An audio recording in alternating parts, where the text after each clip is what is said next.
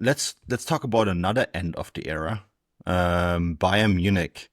They beat St. Pauli. I don't think it was a convincing result, especially when you see how what Bochum did, Leverkusen did in Bochum against Sort of Bochum. Sorry. similar to was it the Holstein Kiel game where they got a couple of Yeah. late goals back as well? I thought it was quite similar Or to the that. Bochum game where Yeah, they actually Bochum. lost. Yeah. It is 6 points to Leverkusen, but as this Bayern team suffers one injury after another, I do think the title race is actually back on, Matt. And I do want to get into the injury history because Stefan and I did talk a little bit about it in the previous show. We have to now add Ito to the long list of injuries. So I want to readdress this because I think that is the one that is now going to make things extremely difficult for them because Mhm. he's also can play left back, right? But before we get into all of this, Thomas Müller, um, it does sound like it's the end for him there. Reading between the lines and people that I talked to, this came down to the fact that maybe the famous Festgeldkonto, the checking account of Bayern Munich, isn't as full as it used to be. Thomas Müller makes about 20 million euros a year. And I think Bayern Munich didn't want to pay that for someone who, at best, is still only a part time option now. Um, it's still kind of sad the way it goes is going down. It is not official yet, so I'm saying it's going down at the moment.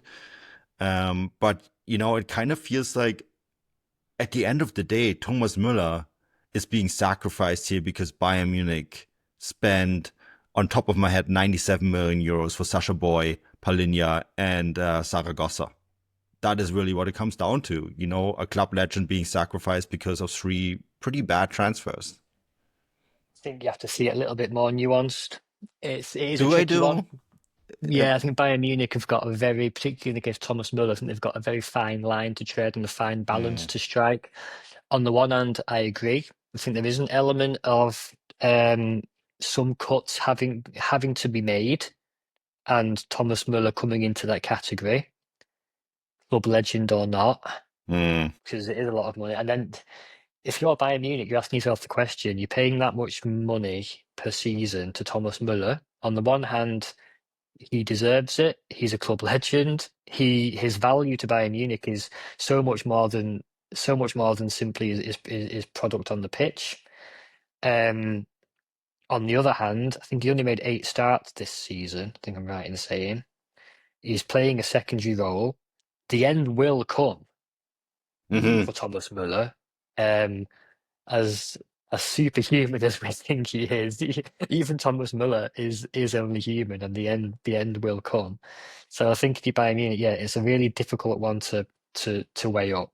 To what extent do you continue paying those levels of wages to a player who, on the one hand, can be argued absolutely deserves it? I don't think anyone would dispute that. I don't think anyone is cutting Thomas Muller's wages or even his contract with any pleasure. On the other hand, yeah, these even Thomas Muller will move on at some point, and if he's only playing a secondary role mm. in first team plans, it's a logical consequence. I thought it was interesting. You mentioned the defensive injuries piling up Mm. on Saturday against St. Pauli. Vincent Kompany was in really really close discussions with Thomas Muller on the touchline, discussing what to do after the Ito injury. I actually thought he's putting Thomas Muller at centre back. That's what I thought they were discussing, Also, you're and it was saying they might have to resign Thomas Müller because they did. maybe he would do it. He would. I'm sure he would do it. I'm sure he'd step in and do a job. Absolutely, but I don't think it quite came to that. Yeah, it's a tricky one. It'll be a shame. It will be a shame for them. Um, I have heard that there are potentially options elsewhere in the club for Thomas Muller. No one's going to close the door on Thomas Muller and really kick him out. It's probably be a bit of a shame from Muller's point of view that the reports that he won't be offered a new contract don't seem to have gone directly to him first. They seem hmm to have been leaked a different direction, which is not ideal. Not an ideal way to treat a player of Thomas Muller's standing. I, I don't think any bridges are going to be burnt. I think Thomas Muller knows Bayern Munich well enough. I think the relationships are strong enough to realize that this will be sorted out. Um, do we think this is going to be Tom? Is the end going to come from Muller a year earlier than it should? He definitely seems to think he's got another year in him, See, or is this the right time? this is I what don't know. I don't. I mean, I have this argument with our users on the Substack all the time. I think you can tell that he no longer can play at this level. And I mean, like the Bayern Munich level, right? He does seem like a step too slow. You know, you can tell when players can hang or not. He can no longer hang. It's just like his decision making isn't quite as fast as he used to.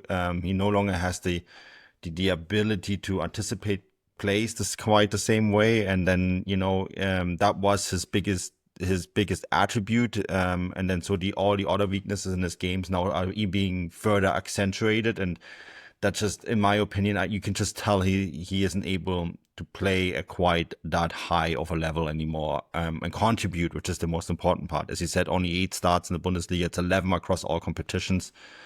And so, that is the big issue of the salary. I think that the question is, would have Müller accepted a low salary to add one more year and sort of have a goodbye tour in the Bundesliga? Like, what if he said, "Oh, I play for a nominal amount," but then the question is like, how, if he's already only has 8 starts in the Bundesliga this season, how many is it going to be next year? 1 or 2 or 3, That's precisely the balancing right? act that I'm talking about. Yeah. I think that there potentially is a scenario where Muller extends for one more year on a Hmm. slightly reduced deal, but Or it's not. heavily reduced. I think it can only be I don't think heavily they'll be able to reduced. reduce it. That's what I think the issue is. I don't think they can heavily reduce it. I think reduce it Mm. perhaps, but heavily reduce it probably not. Because Thomas Muller's still going to turn around and say, "I'm still Thomas Muller," Yeah, but and I think that's a legitimate. I think okay, that's okay. the balance they're going to have to strike. Let's put it this way. If Thomas Müller goes to another club, right? He's not gonna move within the Bundesliga. Let's say he adds another year in Major League Soccer. There is no chance there will be a 1 in front of that contract. If it's like, there's no chance that he will make 10 million euros a year, right? That would already be, so that is his market value in terms of salary. I think in Major League Soccer you'll probably be making between 5 or 6 million US dollars if he chooses to take that path. Not saying that that's what's happening. And I know it's out there and it's a potential, and there's MLS clubs that are interested, but that is the sort of salary that we're talking about, right? And that is, in my opinion, a major reduction in salary. I think for Muller, ultimately, it will come down less to the precise amount and more to, is it an amount combined with a feeling of being valued, of Yeah, being valued and being Wertschätzung. appreciated? Wertschätzung is the German word. I think that'll be the key, and that's going to be the Mm, balance we'll have to find. And I hope they do.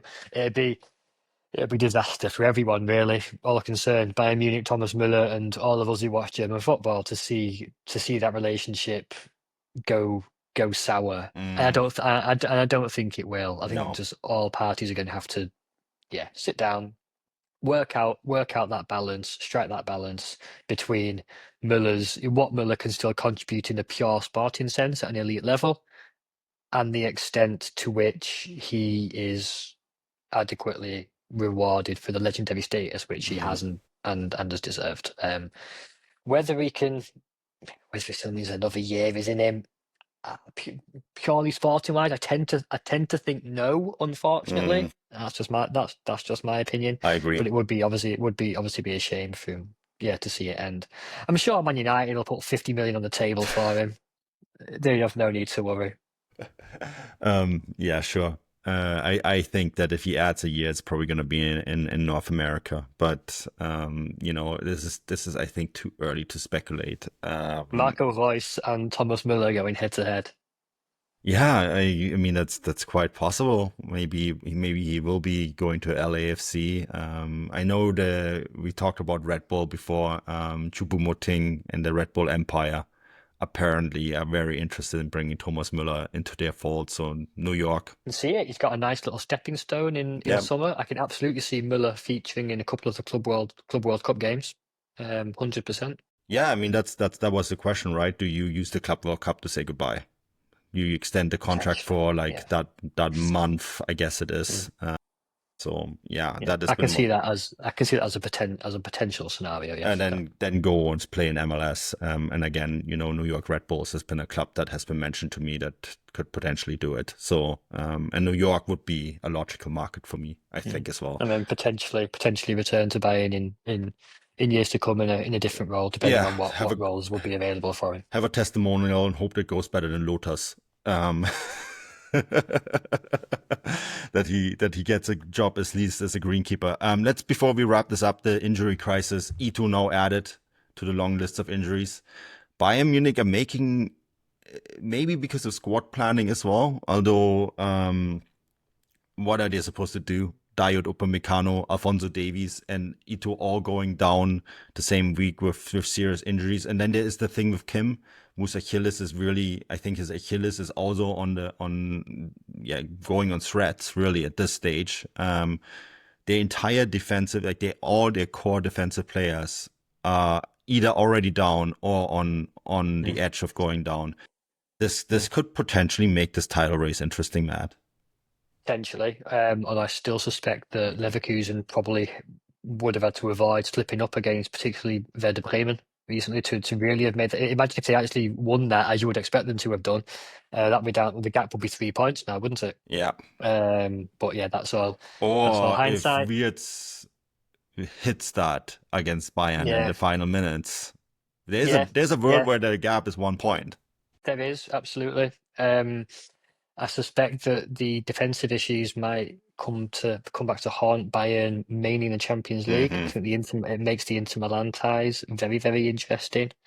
Particularly because I thought also against San Pauli, for San Pauli's first goal, the equaliser, so Eric Dyer does not look good at all there. I think the defence looks so static, and fair play to Elias getting his big goal. But I think, no offence, even I could have put that away. That was he's left in so much space. It's such a static defence. That didn't look good. So many injuries at the back. Massive challenge of Vincent Kompany. Perhaps a slight positive is that at least Jonas Orbig is starting to look a little bit more secure in place of Manuel Neuer. Thought he had a good game. He's starting to develop a little bit more of an aura about him, commanding his box a bit more. So that's good to see. Hope he continues to make progress. But big few weeks to come. Although even if I suspect that Leverkusen may be a little bit too far off, but who knows? One more Bayern defeat. They've got Dortmund, haven't they, between the Inter Milan games?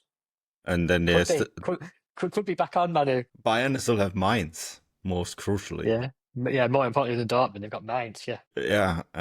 We all know title dreams go to die in Mainz and also in Augsburg, where Bayern are playing next. Absolutely. Mainz and Augsburg, is title killers. Title dreams go to die.